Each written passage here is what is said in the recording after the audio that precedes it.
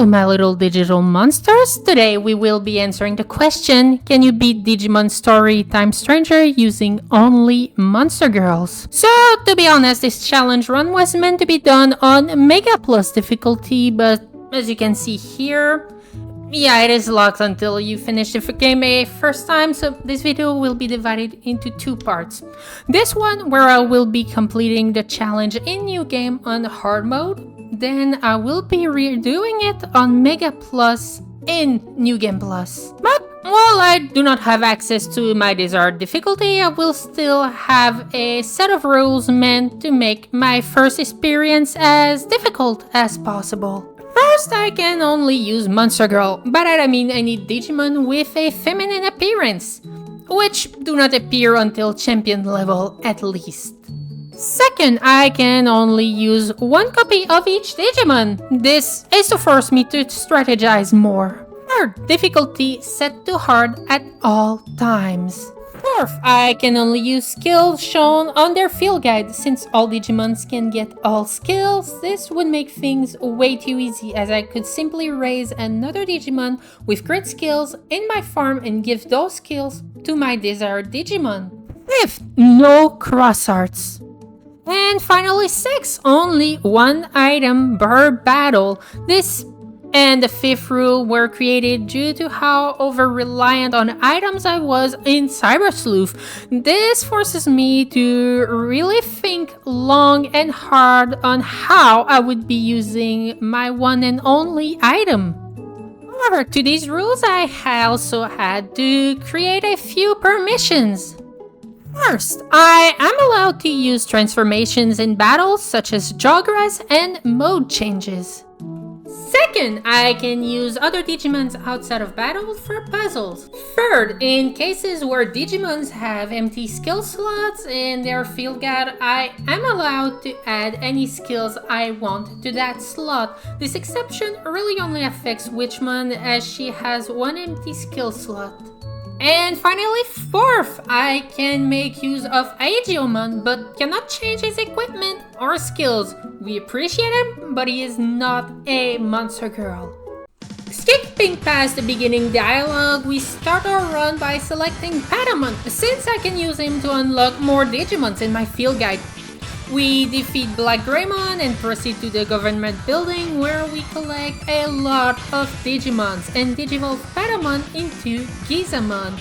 Meanwhile, I also collect the following Digimons: 5 Impmon, 6 Salamon, 3 Renamon, 4 Palmon, 1 Tentomon, 2 Keramon, 2 Lunamon, 1 Wormmon, and 3 Kudamon, before finally fighting the tutorial boss Kuwagamon.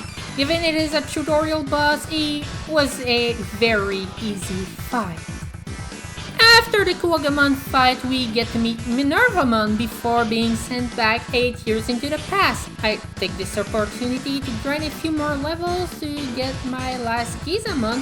While doing so, since champion level is not far away, I need to get as many stats as I can for the Digimons I am allowed to use. We meet Inori, protecting an Electmon from a Raremon. Since I was not expecting another boss fight this soon, my party was in a poor state and I took a bit of a beating, but succeeded on the first try.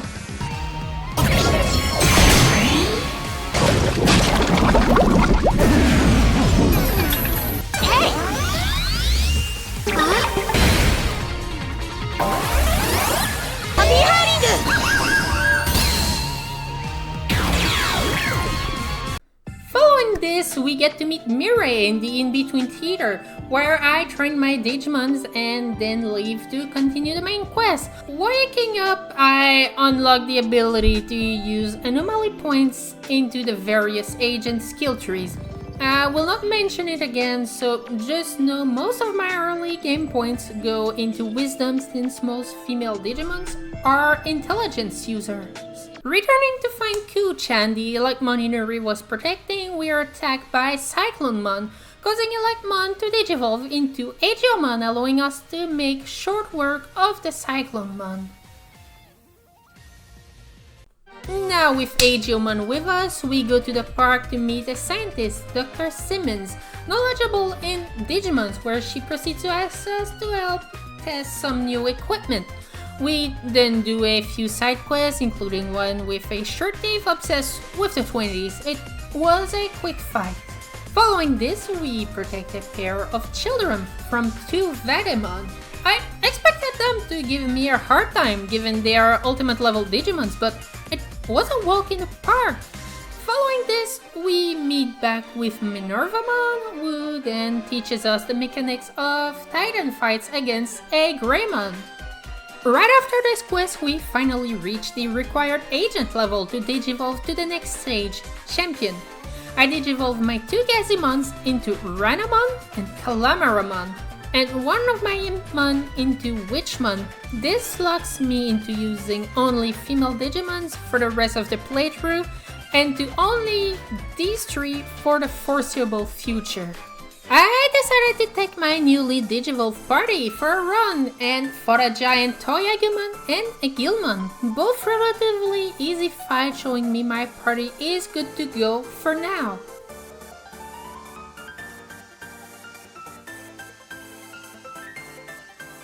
Going back to the main quest, I encounter a group of agents having their tools stolen by a group of Black Gatomon, which I thought they proved to be rather resilient, but in the end, I was victorious. After I unlocked my very first DLC quest to fight a Tossmon, it was a relatively easy encounter, followed by another quest where I am joined by Omnimon to fight an Orochimon. Given the help I had, this fight was another walk in the park. Given most side quests are super easy, I will skip them unless they have some level of challenge or story relevance.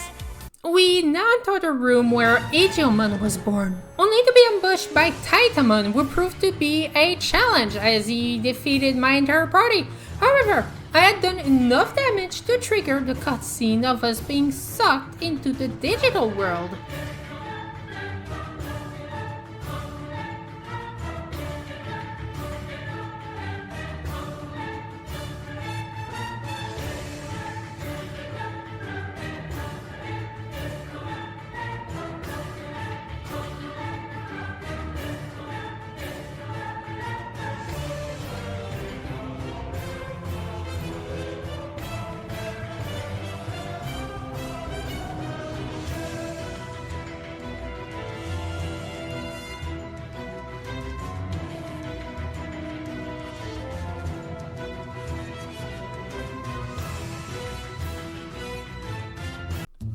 In the digital world, we find our first outer dungeon, a sort of tower defense where we have to protect giant pieces of meat. It was a fun distraction.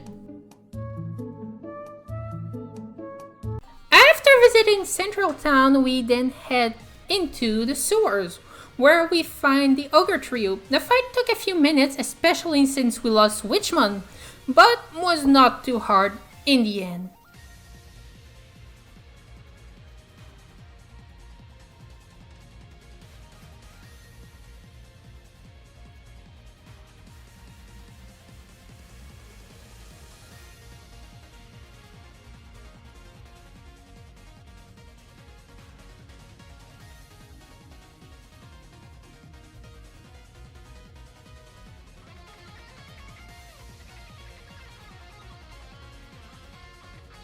Mon was another long fight. He nearly killed Aegeomon twice, but after a few minutes, Murakimon shows up, making the fight a cakewalk from there.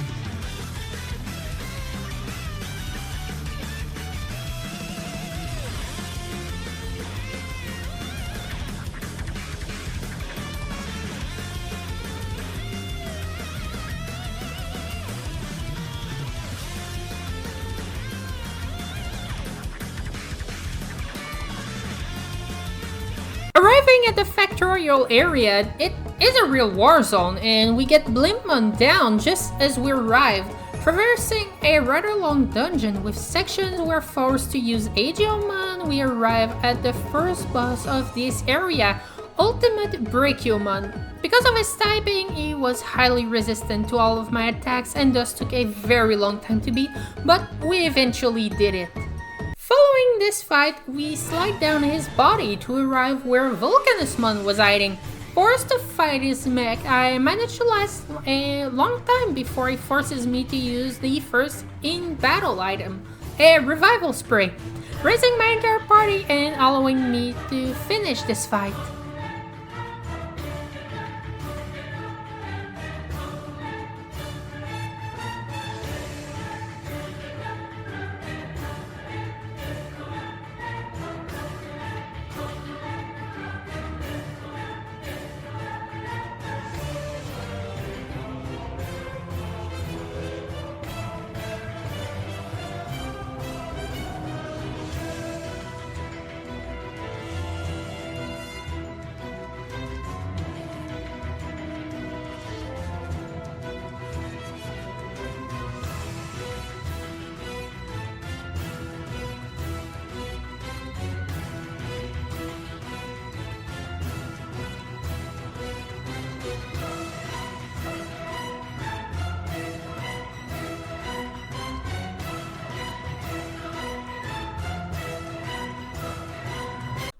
This fight, I acquired the Digi-Egg of Light and digivolved one of my Gatomon into Nefertimon, only to then acquire Agent level 5 and digivolving the following Digimons: Lilymon, Arukenimon, Cressamon, Lilamon, Sirenimon, and the power couple of this entire run, Angewomon and Lady Devimon.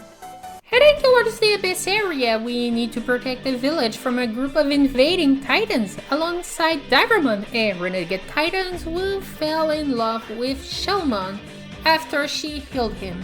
Swimming to the depths, we recruit Submarimon to assist us in our task and finally confront the leader, Shortmon.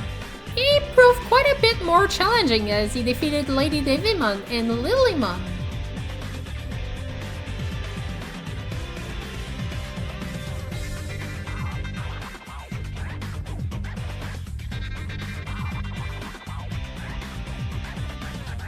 Heading to the Gear Forest, we meet a swarm of bug Digimon attacking what is this world's World Tree, led by an Okuwamon. I will be honest, I did not realize this fight was actually this chapter's boss. I had assumed it was a pre-boss fight.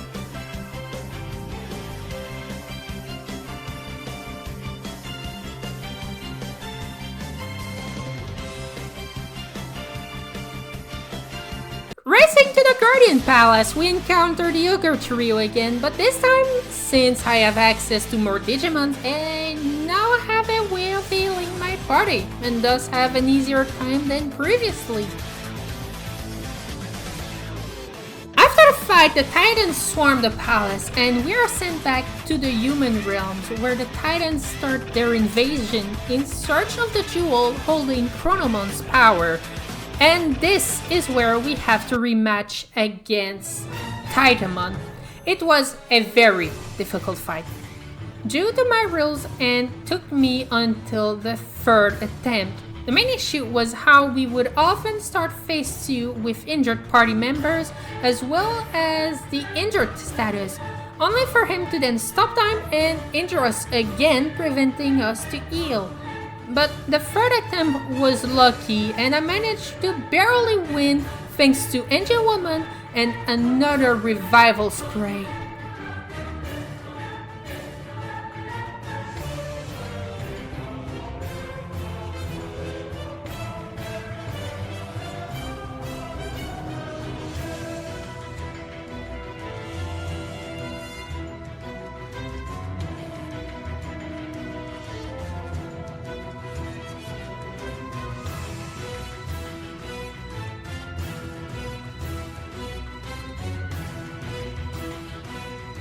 Now, back to present time. We return to the digital world and into the Abyss area, where we learn of a healer who would willingly heal both sides of this conflict.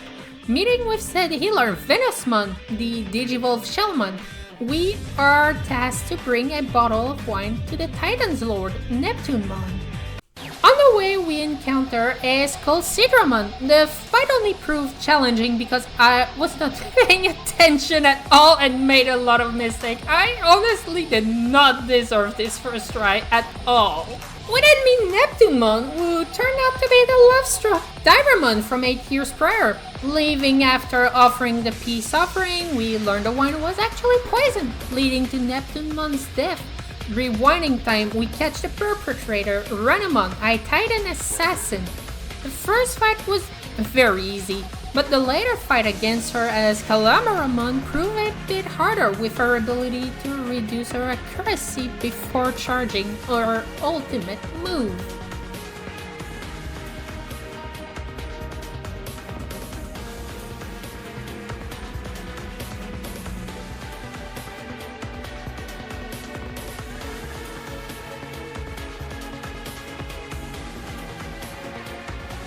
Returning to the now withered Gear Forest, we face the assassin Witchmon. While she can be annoying with her idle bubble skill, putting our party to sleep, she acts more as a speed bump than a real challenge. However, the next boss is the complete opposite. Titan Kabuterimon is a monster capable of obliterating my team in a single attack with Shine of B, and he almost did. But I was still successful on my first attempt.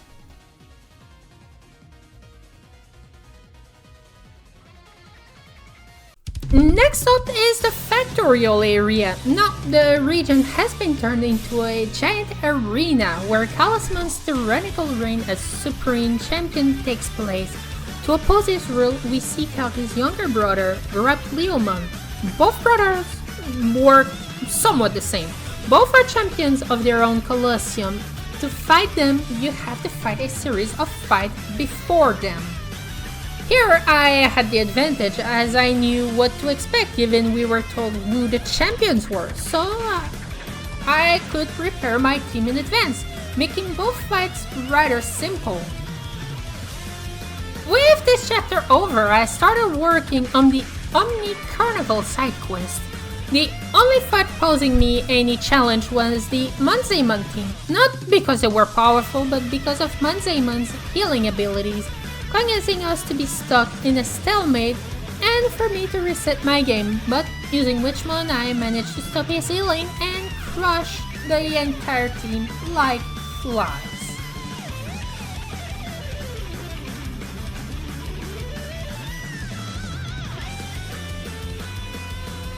Returning to the main quest is the assault to regain Central Town from the Titans along Merukimon. There we encountered the Titan leading the town, Venomiotismon. I would like to say it was a real challenge, forced me to think outside the box and find an unusual solution, but it was dead long before I even could do any thinking.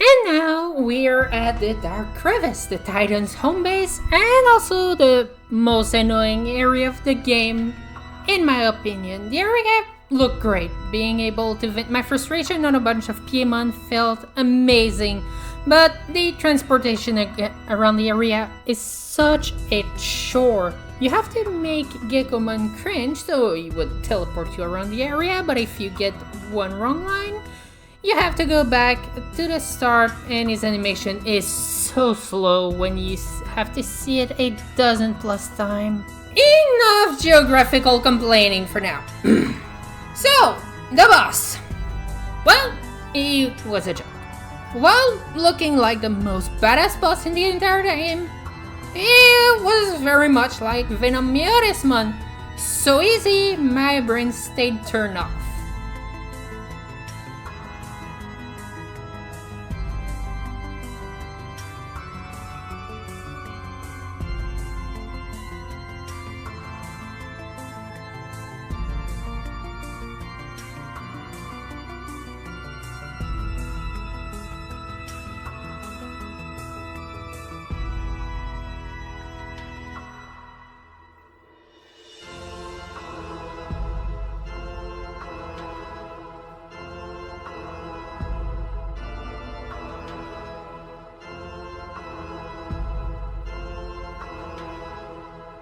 Now with this quest done, I have access to Agent level 7, meaning I get access to Mega level Digimons, allowing me the following: Kuzuamon, Lorosmon, Mastemon, Minervamon, Lilithmon, Cirrusmon Medium, Junomon, Unomon Historic Mode, Venusmon, Rosemon, Ophanimon, Sakuyamon, Billstarmon, and Dianamon. Now it is time to invade the public safety offices to save Volcanusmon. On the way out, we face the next boss, the maidenless Dr. Kuga and his silly robot. He did hit hard and killed Lady Digimon, but he was quickly dispatched, causing him to run away crying to his mommy.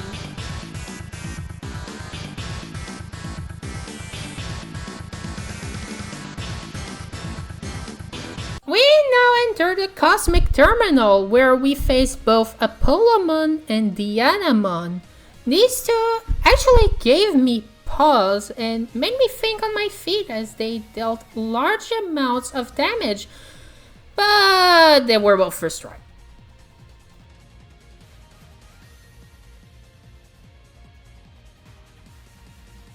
After this, we storm the Citadel, where we are captured by Unomon and bailed out by none other than the Titans.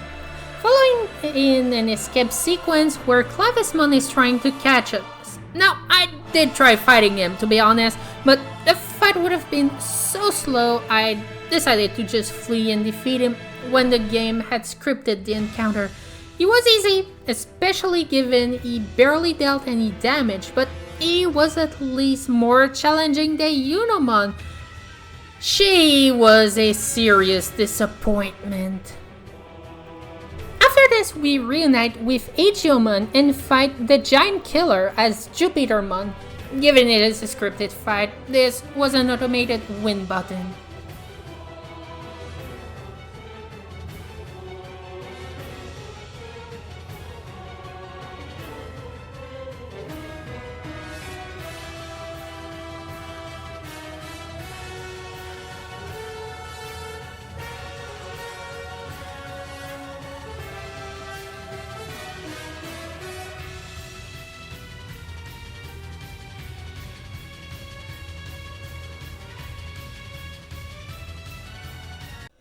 Now is the preparations towards the endgame. I will not bore you with the details. None of the side quests given to us that I did were in any way, shape, or form hard.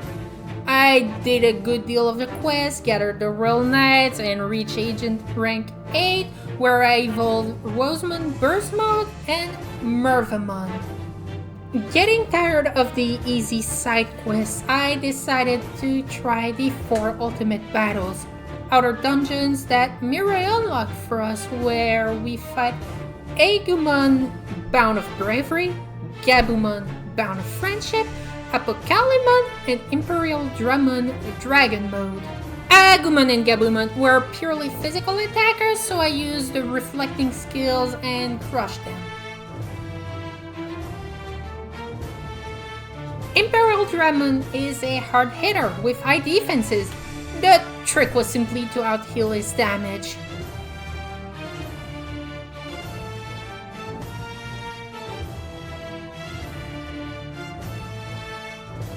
The only one to actually give me a challenge out of the four was Apocalypse, with his special move Darkness Zone and his ability to confuse the entire team.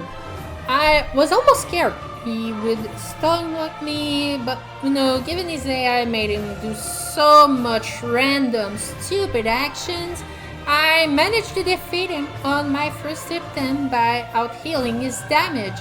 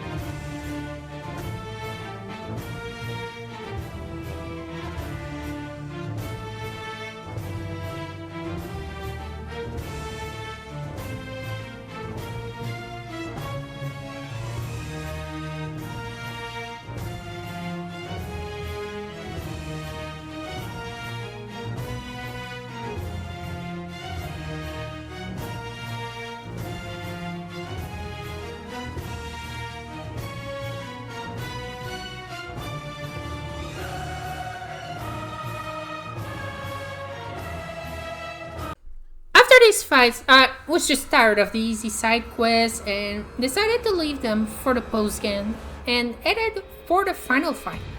On the way, we encountered most of the great demon lords. I wish I could say they were roadblocks, but they were little more than speed bumps, to be honest.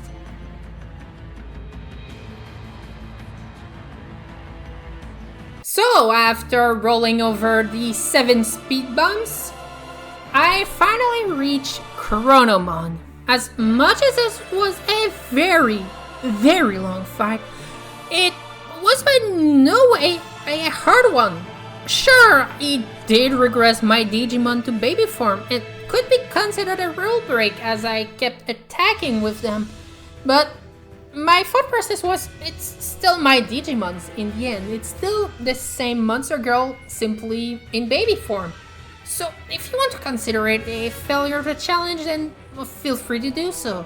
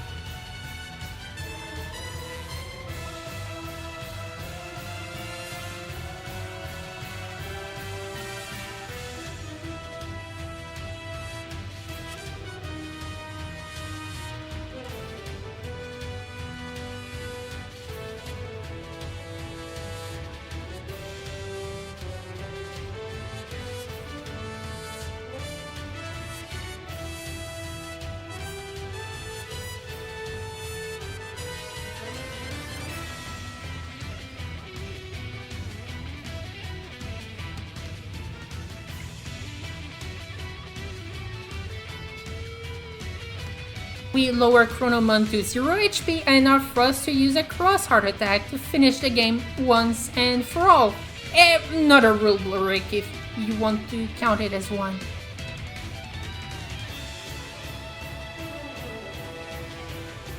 With the main quest now over, I unlock the final challenges of the game. First, I received a message from Minervamon to meet her. Turns out it is the Olympus 12 from another world looking to test themselves all at once against me. I was obviously underprepared and got crushed.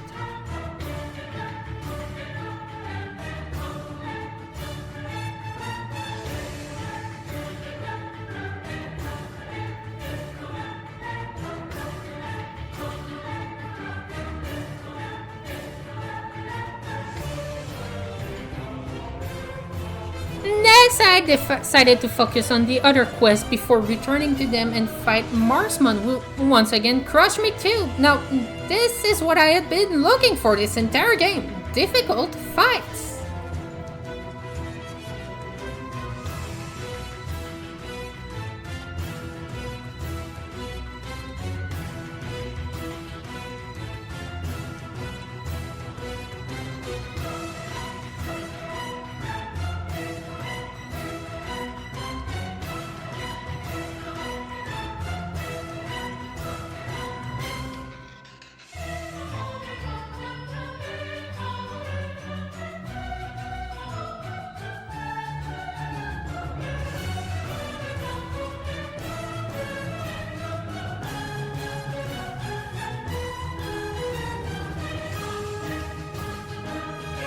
After facing defeat against two different enemies, I start to prepare for the endgame challenges, and maybe a bit too much, because I go back to Marsman again at level 80, this time just crushing him in a few turns. Now, I just need to mention, while I did defeat him easily on the second try, he also did a lot of damage to my team, showing me my team's biggest weakness: low resistances. Olympus 12 took me nearly 20 attempts to beat, every time my team getting crushed due to the low resistances. But after going to level up every few attempts, I returned and won at level 90 with over 6,000 defense and spirit on all the battle party members. From my numerous attempts, I realized most of the Olympus 12 are actually physical attackers, so I used Junomon's counterattack and equipped Witchmon with physical reflect, which did most of the work alongside Venusmon's healing. I tried using Rosemon since I gave her the passive to increase stats with every heal, but she did not survive, thanks to Minervamon.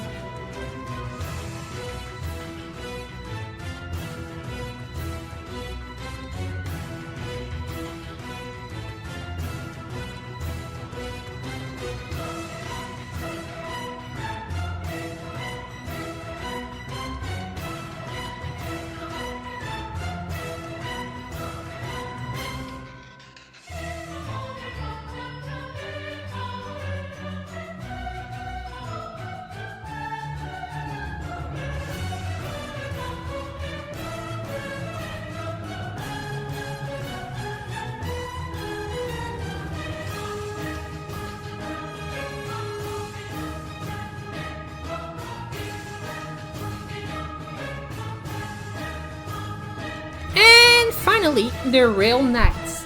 Now that I have finished the game, I realized they should have been done before Olympus 12, but I had actually no idea at the time they would be one-on-one fights, making them so much easier to fight. Also, it would have been harder if their AI did not cause them to throw. We'll show you a few clips nonetheless.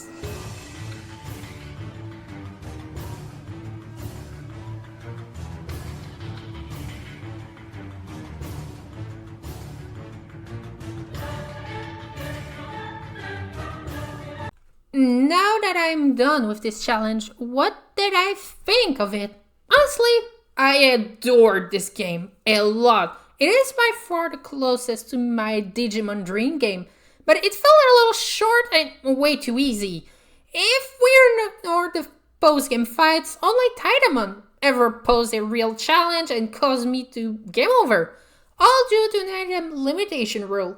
But I love this game so much, I might just do a few more challenges in the future. Of course, there's the Mega Plus video I promised for this challenge. You can expect this video to come out next. Now, I cannot promise I will be using the same rule set due to the difficulty increase, but this is something I will cover on the next part. So, thank you very much for watching until the end. If you like this video, please leave a like and subscribe. And hopefully I'll see you next time.